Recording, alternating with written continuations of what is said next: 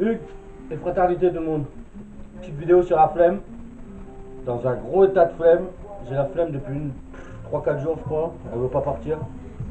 Je crois qu'elle est en train de partir. Mais elle est toujours là. J'ai même la flemme de faire cette vidéo, ça me casse les couilles. Mais je vais la faire quand même, ça me donne un peu de courage. Et ouais, courage, motivation. Je crois que voilà, c'est les deux pendants de la flemme. Je trouve que la flemme c'est un peu comme Calimero. En mode Calimero. T'es en manque de motivation, en manque de courage. Toujours en train de dire c'est trop dur, c'est trop chiant. Je suis qu'une merde, ou les autres sont mieux. Que ce genre de délire.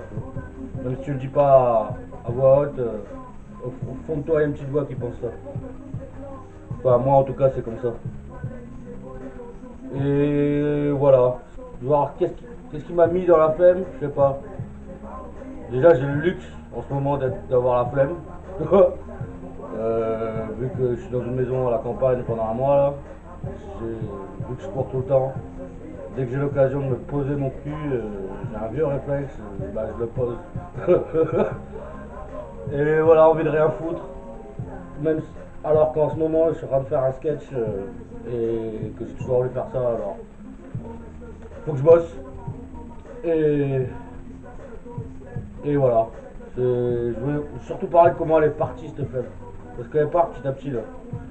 Je me rappelle il y a 4 jours, j'avais une flemme monumentale. Petit à petit, elle part. Depuis 2 jours, je me suis mis un petit programme. Bon, je ne le suis pas encore parfaitement, mais petit programme il m'aide. Voilà. Lire 30 minutes au moins tous les jours. Parce que j'avais arrêté de lire depuis Amiens, là, depuis que j'avais bossé comme un chien. Et au final, ouais, le dernier livre que j'ai lu c'était Platon. Mais il m'avait cassé les couilles ce livre. La République. Parce que au final, j'ai lu quelques trucs sur Socrate. Et j'en avais une bonne image. Et la République m'a fait changer cette image. Et je sais pas si c'est dû au fait que Platon nous montre une autre facette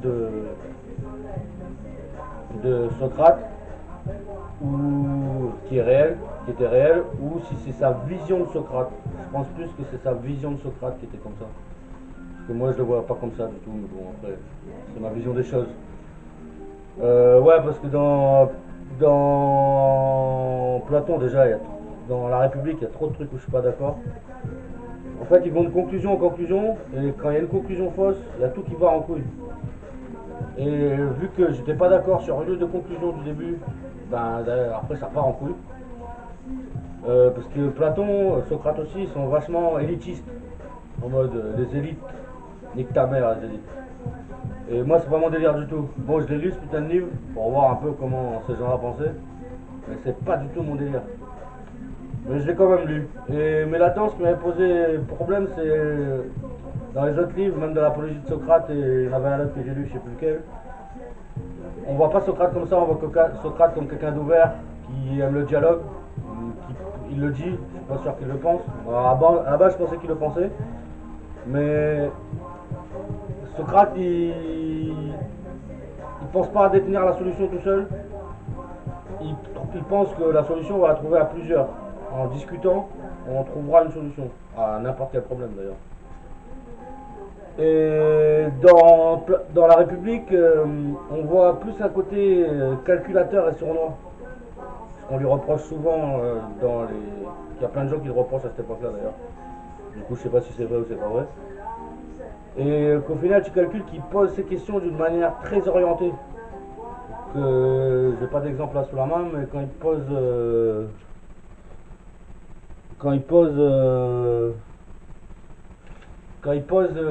ces questions, il n'y a souvent pas de réponse. Il la pose d'une certaine manière que tu es obligé de répondre ça. Et du coup, je trouve ça, voilà, je sais pas, c'est comme s'il avait déjà les réponses et qu'il voulait juste t'amener à avoir les mêmes réponses que lui. Je trouve ça pas top. Voilà. Là, voilà, c'est bon. Du coup, ouais, sur mon programme, c'était lire 30 minutes. Là, je me suis remis à lire. J'ai commencé L'art de vivre ou de mourir de Osho, comme Mathieu m'a filé. Et je kiffe grave. Je viens de commencer, j'ai à 30 pages là, mais je kiffe grave. Ça parle de pas suivre un dogme. Le gars il te dit dès la base, le savoir, ça casse les couilles. Enfin, le savoir que t'ingurgites. Faut apprendre à réfléchir par soi-même. Et que même lui, au show, faut pas l'écouter. Enfin, faut que tu l'écoutes, mais vite fait quoi. Bah écoute les dogmes. À la base, c'était un peu pour ça que j'avais lu Socrate, parce qu'il était aussi contre les dogmes. Et voilà.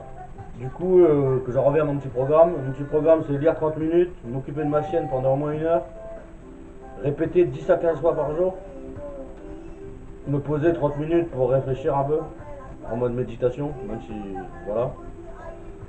Réfléchir 30 minutes à mes vidéos. Plus, ça servira pas à grand chose, ça fait... j'ai réfléchi 4 heures sur cette vidéo, j'arrive où je suis confus comme pas possible, donc on s'en balèque. Et voilà. Et ça m'a grave aidé à sortir de la flemme, ça. Il n'y a pas que ça, les encouragements que tout le monde m'a donné. En fait, quand je suis tout seul, j'ai toujours la flemme. Quand je suis avec des gens, j'ai moins la flemme. Et voilà, les encouragements de tout le monde, les encouragements de mes proches. Enfin, les proches, c'est les gens que je côtoie. Nas, Binge, compagnie. Ça m'aide à me bouger le cul pour ces sketchs. Et à la musique aussi. C'est pour ça que j'ai mis Brasco juste avant. La musique, je trouve que ça motive grave. C'est un truc qui motive grave. Sans musique, je crois, j'avais arrêté d'écouter de musique aussi en même temps que j'avais arrêté de lire. Du coup, je me suis remis à la musique aussi parce que c'est une déprime totale. Parce que quand j'ai la flemme, je passe mon cul posé devant des vidéos. Et au final, heureusement que je vois des vidéos qui me motivent un peu. Style, quand tu vois Missor comment c'est un flemmard, bah, ça me motive un peu. Quand je vois Teddy Boy, comment bah, c'est une tête pour moi. Et comment bah, même lui, des fois, il a la flemme. Du coup, ça parle. On n'est pas tout seul en fait. J'ai eu un appel du caméraman journaliste que j'avais rencontré à Amiens, qui a pas du tout la même vie que moi, qui est en train de faire ses papiers d'URSSAF et compagnie pour son entreprise. Et même lui m'appelle en mode gros flemmard, ça m'a fait bien rire.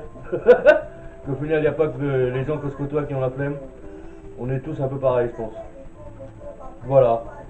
Et les encouragements des gens que je connais pas, avec les commentaires, comment envoyer. Les encouragements de Roger Lamouche, de Thiel. Voilà. Les encouragements, ça m'a grave motivé. La vidéo que j'ai maté, le dernier film que j'ai maté aussi m'a grave motivé, Rampage, en mode Rampage. Enfin, je sais pas son titre exact, mais je crois que c'est Rampage. Et ouais, ce film il déchire, si tu l'as pas vu, mate-le. Il déchire grave. Je vais pas te raconter tout le film, ça va pas le faire. Et voilà. Attends, je remets un peu de musique. Après non. Bouge pas. Je sais pas quoi mettre, alors je remets ce que j'étais en train d'écouter. Oh putain, ça casse les couilles ça. Voilà. Et voilà. Un peu confus cette vidéo, comme d'hab, mais on s'en balèque. Voilà, comme je disais, la flemme, c'est soit t'es en mode Calimero, mais je crois qu'il faut se mettre en mode rampage. Faut se bouger le cul un peu. Parce que avoir peur du monde, ça sert à rien. Courage et la motivation, faut essayer de la trouver là où on peut. Et voilà. Bon allez, salut, fraternité tout le monde. C'était une petite vidéo plus pour moi que pour les gens. Comme les autres d'ailleurs. Mais bon.